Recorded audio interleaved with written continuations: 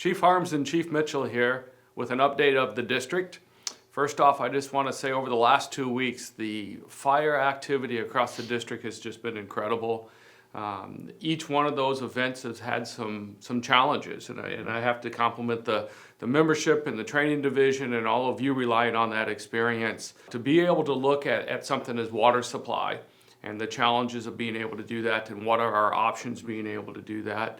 I know behind us here is the command philosophy, and part of that it really is the evaluating. Let me back up. You can lay out some basic expectations, but the importance of being able to arrive on scene, evaluate exactly what I have, and then being able to adjust. And I think that is the ability for a fire captain to be a thinking fire captain is something as simple as water supply. Yep.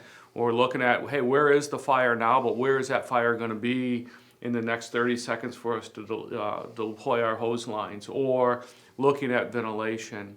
Between the fire events and then just recently with some of the large vehicle accidents that we've had, your ability to take the command philosophy, use our standard operating procedures, and then really your experience and being able to put those together. The feedback from a lot of folks is our ability to afterwards sit down, talk about the event, what went well, what didn't go well, and putting those together for moving forward. And get better for the next one, right? And that's the big focus on these things. You mentioned the water supply. We had an incident here last week up in the Citrus Heights area where they did a tank transfer and a split lay and some of those decisions that needed to be made, because that's what each individual incident is different. That's what that incident needed to make the best of mitigating it quickly. And so our ability to do that has been really positive for the members out there. Little update from the Academy?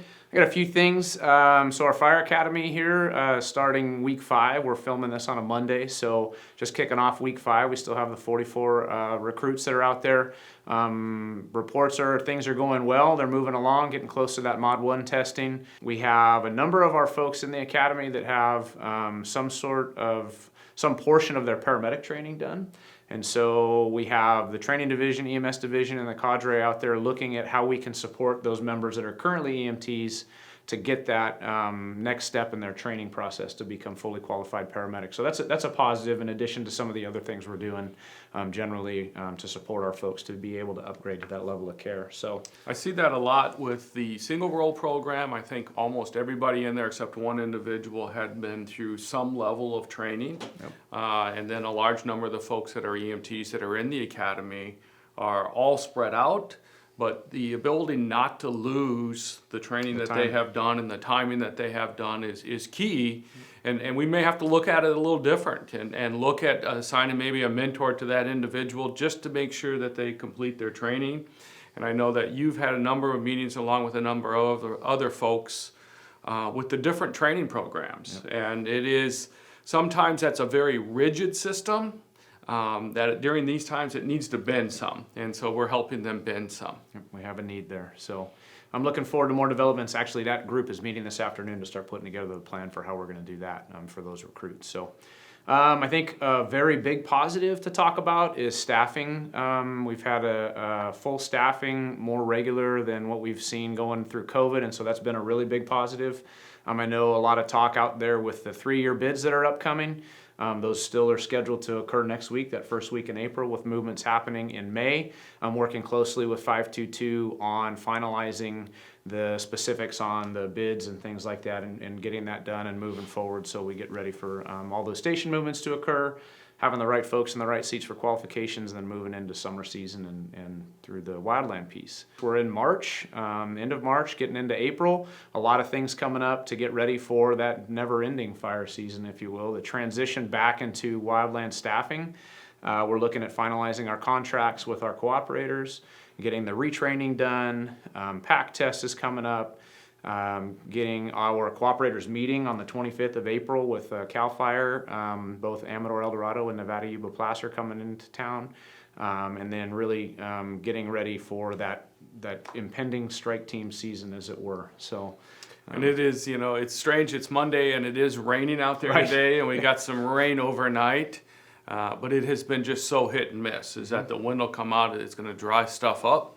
And I think we're going to be probably burning stuff here sooner than expected. Yeah. We've had a couple small ones so far, the underbrush, but as we're all aware of the drought. I mean, it is raining today, like you said, but the drought is here and it doesn't look good. So we'll see what that does. And then, as far as deployments and what that looks like, we're going to have to watch that. It'll be the day-to-day basis on what we do throughout the season on what we can support, single resource versus contracts and things like that. But more information coming shortly on that. And then maybe the last point just to bring up for everybody is our Cad project. That's still ongoing. We're working closely with Peraton, our vendor, fire dispatch. We have Battalion Chief Joe Farica and a number of our Cad coordinators meeting regularly with them, pushing forward on getting ready for that transition to the new Cad system. We want to make sure that it's as functional as it needs to be able to be successful in the transition, and looking for opportunities there. It's going to be a little bit different. It'll feel a little different, look a little different, and that's okay. We'll make sure that we train to that, but that's one of those things that we've needed to do for years, and so we don't want to keep pushing it down the road. So we're looking towards the end of summer, early fall still for that. More to come on that as they're building that really from the ground up. So. That has been the never-ending project. Yes. Yeah. Despite challenges, we'll continue to move forward with it. Just two last things for me. One is the Ziffindale Project. Both Adam and I have spent some time recently down at our training facility at 21s, and the training cadre and 44 folks out there is just packs it in, and they're doing the best we can. Yeah. But we're continue forward with trying to find or identify the funding, trying to make sure that we have the support, and we'll know more within the next 90 days if we can make some movement out there and move that forward. The last one is unfortunately you and I spent some time at San Juan this morning at the ER. The wall times have gotten better, but this morning there was definitely a wall time with some of our medics. For all of you that are on the medic out there, we continue to work at the state level and at the local level to try to reduce our wall times. The state level is truly looking at the long-term fix, and here locally trying to look at the short-term fix on it. We do have some milestones that will happen at the end of the month, and again, we'll watch that very closely moving forward. Thank you for taking the time to watch today. This gives a quick update on what's going to happen across the district. Thank you all that reached out with text messages or questions. If you have anything, give us a call, and we'll either be able to answer those questions there or be able to do on the next segment. Thank you. Take care, everybody.